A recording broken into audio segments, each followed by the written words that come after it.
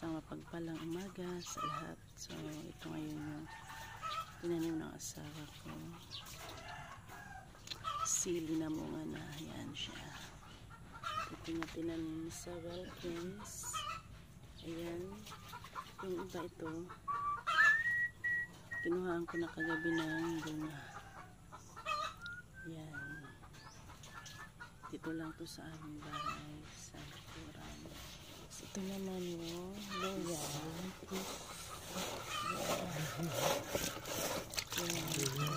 Nanim sa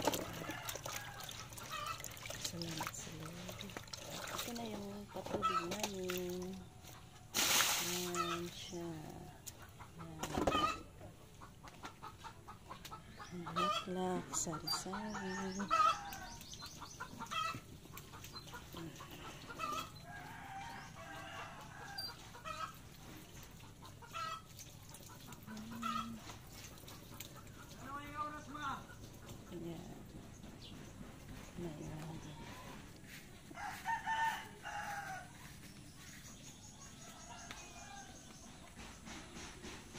Dito sa likod ng bakura namin ay sarasapo,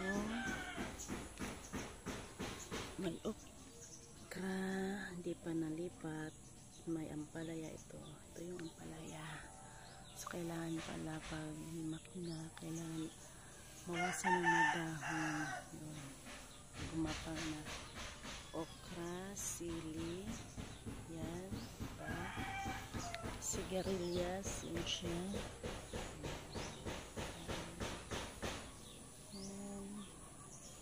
Kailangan pa may tiyaga para hindi nabibili ng mga kulay. Yan yung insulin. So ginagamit namin yan sa pagluto ng paksiw. Kadalasan sa pinaksiw ng isda. Yan. Tapos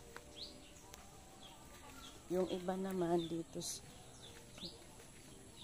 ito may talong, may kamoting kahoy, may kamatis, so sari-sari.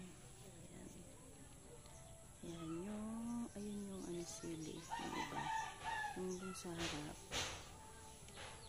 Ayan, sili. Ito yung sa likod na. Ayan. Yun may kamote.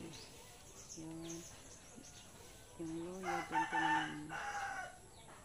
Kasi sayang yung space dito sa likod.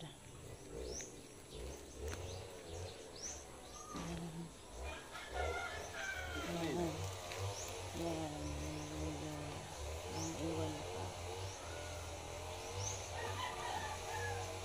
So saan yan ito? Sa sako. Kung may mga sako kayo sa bahay, lagyan ng lupa. Kung walang masyadong space sa bakuran nyo, ilagay na lang sa sako sa Wilkins. Katulad nito. May space dito kaso lang yung lupa niya ay hindi masyadong maganda. Kaya naghakot yung asawa ko ng lupa. Nilagyan niya ng arikay kung tawagin sa amin. Ito yung namin bakuran dito. Yan. So, salamat. Good morning.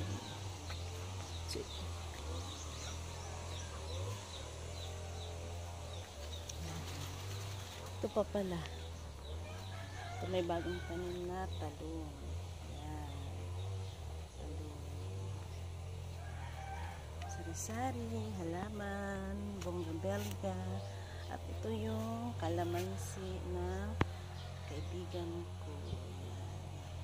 Ito lang muna kasi hindi pa nabakuran sa kanilang bahay. 4 to dito.